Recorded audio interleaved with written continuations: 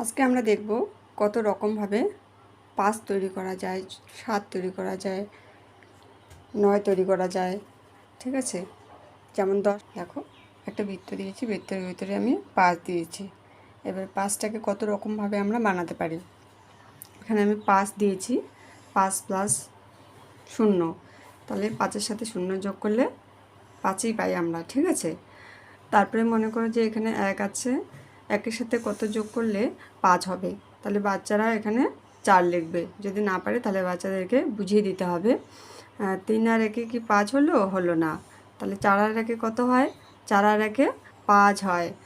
তারপরে মনে করো 2 আছে, 2-এর সাথে এখানে কত বসাতে হবে, তাহলে আমরা 5 পাবো। তাহলে কি 5 বিভিন্ন রকমভাবে তৈরি করা যায়, সেটা এরকমভাবে করলে বাচ্চারা মজার ছলে করবে এবং তাদের মানে কি বলবো, ব্রেনটা তীক্ষ্ণ হবে। ঠিক আছে, তাদের মানে চিন্তা শক্তিটা আরও সম্পর্কে ব্রেনটা তীক্ষ্ণ হবে, যে আমরা তো এইভাবেও শিখছি, এইভাবে শিখছি। বিভিন্ন রকম শেখালে, বিভিন্ন রকমভাবে শেখালে বাচ্চার অভিজ্ঞতাও বাড়বে। এখানে মনে করে দেখো, তাহলে এখানে বাচ্চারা কী বসাবে, 3 বসাবে।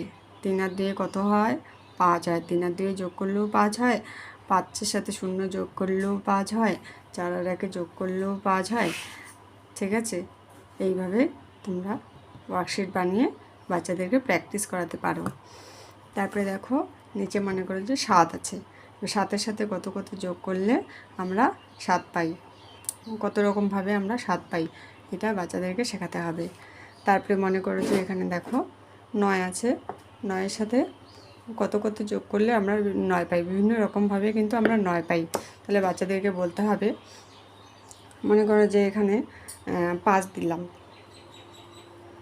5-এর সাথে কত যোগ করলে 9 পাই আমরা, 5, 6, 7, 8, 9, 4 হলো, 4 যোগ করলে আমরা 9 পাই। তাহলে এখানে মনে করো যে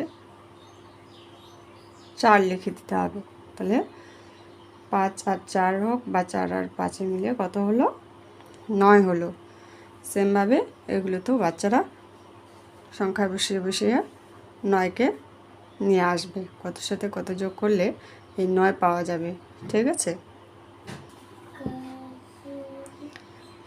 এবার এখানে দেখো 2-এর সাথে কত যোগ করলে আমরা 5 পাবো, 2-এর সাথে 3 বসিয়ে দিলাম, তাহলে 2-এর সাথে 3 যোগ করলে আমরা এখানে 5 পাই। 2, 3, 4, 5 কত হলো, 5 হলো, তার মানে আমরা 5 পেলাম। তারপরে এখানে মনে করো যে 1 আছে, বাচ্চারা এখানে 1 আছে, বাচ্চারা 4 লিখলো।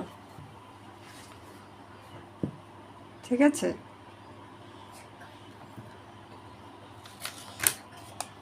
এখানে মনে করো 1 লিখলো, এখানে 4 লিখলো, তারপরে এখানে 0 লিখলো, এখানে 5 লিখলো।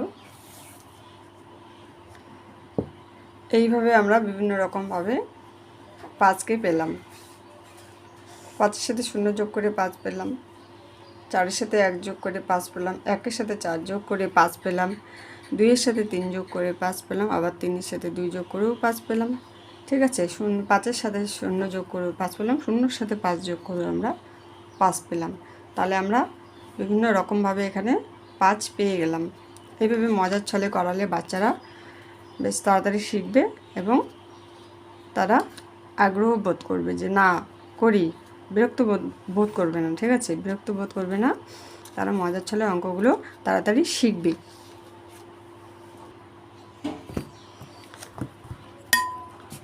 যে এখানে যা যা করিয়েছি সেগুলোই আমি ছকের আকারে